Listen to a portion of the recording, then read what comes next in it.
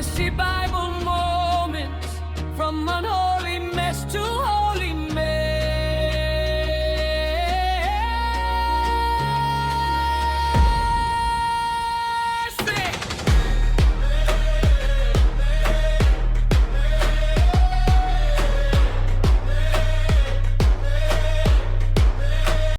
So Solomon is on the throne, kingdom secured, every name on David's list handled, and you would think this young king would take a breath. But Solomon was not built like that, sis. He went to Gibeon and offered 1,000 burnt offerings on that altar. 1,000. Not 10, not 50, 1,000. And that night, God showed up, not through a prophet, not through a priest. God came to Solomon directly, in a dream, and said 5 words that would change everything. Ask what I shall give thee. God said, what do you want? Name it. It's yours. And what Solomon asked for next tells you everything about who he was. Before we get to the request, let me tell you what Solomon said first. He said, "You showed great kindness to my father David, because he walked before you in faithfulness and righteousness." He didn't walk into God's presence like he built this thing himself. He said, "Everything I am standing in right now started with what you did for my father." That is humility that understands its own origin story. And then he said, "You have made me king, but I am only a little child and do not know how to carry out my duties." A little child. This man had just handled Adonijah, Joab, Abiathar, and Shimei, and he still called himself a little child before God. Sis, that is the posture that opens heaven. Because God does not give his best gifts to people who think they already have it figured out. He gives them to the ones honest enough to say, "I don't know what I'm doing. Help me." And then Solomon made his request. "Give your servant a discerning heart to govern your people and to distinguish between right and wrong. Not silver, not gold, not long life, not the death of his enemies. A discerning heart. The ability to hear what is really being said, to see what is really happening, to know right from wrong when the situation is complicated and everybody has an agenda." My friends, do you understand what this man just asked for? He had access to anything. God said, "Name it." The universe sat open before him like a blank check. And he asked for wisdom to serve other people well.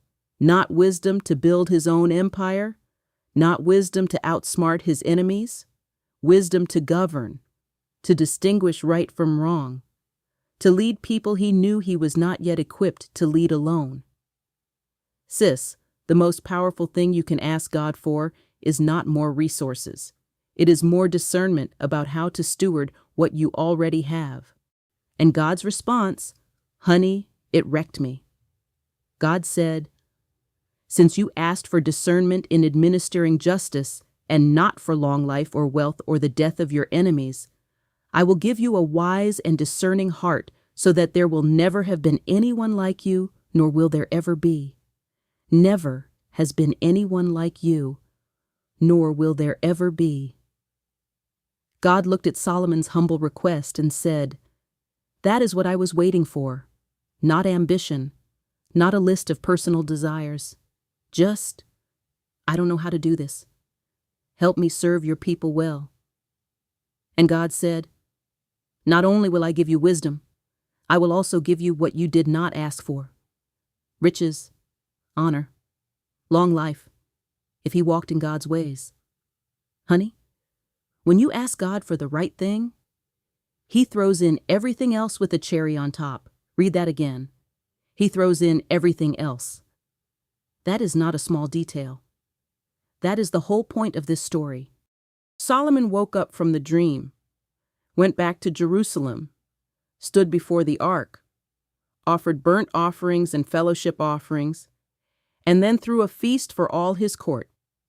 Sis, I love that detail.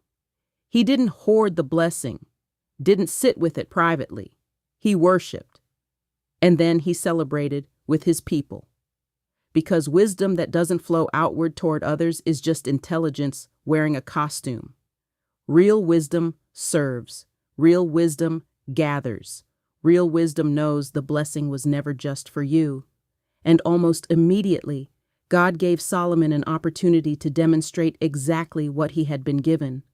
2 women showed up at the palace with a baby and a dispute that had no witnesses, no evidence, and no way to resolve it by normal means. Brothers and sisters, God does not give you a gift and then wait 6 months to test it. He sends the test the same week. Because a gift that never gets tested never gets proven. And what God puts in you needs to be proven. So here's the situation that walked through Solomon's door. 2 women, both mothers, living in the same house. Both had babies 3 days apart. One baby died in the night. Now both women were before the king, each claiming the living baby was hers. No witnesses, no evidence, no way to know the truth from the outside. Solomon listened to both of them, and then said, "Bring me a sword." "Child," the whole room went quiet. He said, "Cut the living child in 2. Give half to one and half to the other." One woman said, "Yes, divide it. Neither of us will have him." The other said, "No, please, give her the child. Don't kill him." Solomon said, "Give the baby to the woman who said don't kill him. She is the mother." Sis, he didn't need evidence. He needed to see whose love was bigger than her claim, and love that would rather lose than watch something it loves get destroyed. That is a mother. Every single time. When all Israel heard the verdict, the Bible says they held the king in awe because they saw he had wisdom from God to administer justice. Now catch something here, sis. Solomon didn't pull out a legal scroll, didn't call witnesses, didn't drag the case out. He created a situation that would reveal the truth, already there. He didn't manufacture the answer. He created the conditions for the answer to show itself. That is a word for every person in leadership right now. You don't always have to have all the answers. Sometimes wisdom is knowing which question to ask that lets the truth reveal itself. Sometimes the most powerful move in a complicated situation is not forcing a solution, but creating the conditions where the right answer has no choice but to walk in and introduce itself.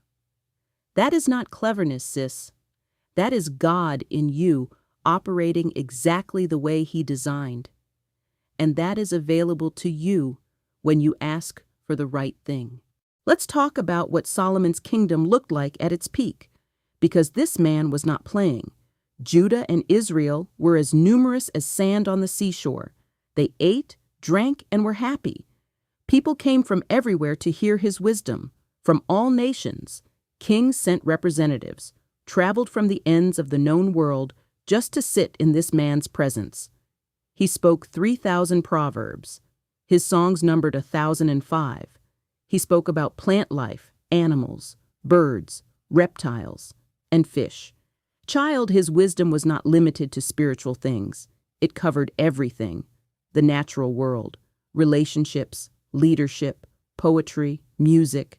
Because real wisdom from God is not compartmentalized, sis. It doesn't just work on Sunday morning. It works in your business, your relationships, the way you read a room. The wisdom God gives, when you ask humbly and use it for others, touches every area, every single one. God gave Solomon wisdom as measureless as sand on the seashore. The same measurement used for Abraham's descendants, now used for what He put in one man's mind. When God decides to bless somebody, He does not do it halfway. He opens the whole thing and says, "This is what I had in mind for you all along." Brothers and sisters, trace the chain here. Solomon humbled himself, asked for wisdom to serve others. God gave him wisdom beyond measure and everything else on top of it. Nations came to him. His kingdom flourished. It all started with, I am a little child. I don't know how to do this. Help me serve your people well. That one sentence, that one posture, that one honest moment before God unlocked everything, and it is still available to you today. Same God, same offer, same result waiting on the other side of the same humility. Before the message, let me tell you something easy to miss. Solomon asked for wisdom to govern God's people. Not wisdom for his own benefit, wisdom to serve others well. And God gave him exactly what he asked for, and everything else on top of it. Sis, there is a principle in this story that will change how you pray if you let it. Stop asking God to bless what you are building for yourself. Start asking God to make you wise enough to serve whoever He has placed in your path. Because the moment your request shifts from, bless me, to, help me serve them well, everything changes. The resources follow the assignment. The wisdom follows the humility. The provision follows the purpose. Solomon didn't get rich and then get wise. He got wise first. And the riches were God saying, since you asked for the right thing, here is everything else I already had planned for you. That order matters, honey, more than you know. God showed up to Solomon and said, ask what I shall give thee. Solomon could have asked for anything. Young king, complicated kingdom, enemies on his list, nation to lead.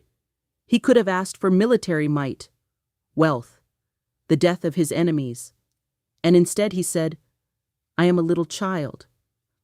I don't know how to do this. Give me wisdom to serve your people well. Honey, the most dangerous prayer you will ever pray is, God make me great. The most powerful is, God make me wise enough to serve whoever you put in front of me. Because greatness from God flows through service, not ambition, not positioning, not making sure the right people know your name. It comes from standing before God honestly. I don't know how to do this. Help me serve well. And watching what God does with that. You have access to the same offer Solomon received. The question is, what are you going to ask for? Here is what God needs you to walk away with today. God's choice cannot be rushed, stolen, or replaced by somebody who just wants it bad enough. Adonijah wanted the throne, got himself chariots and horsemen, threw himself a whole party, had Joab on his side. And Solomon, who wasn't even at the party, ended up on the throne anyway, because what God has assigned to you cannot be taken by somebody else's ambition, cannot be canceled by somebody else's coronation, cannot be stolen by the loudest person in the room. But what God assigns also requires you to walk in it with integrity, with wisdom, with the fear of the Lord, because Solomon had the throne.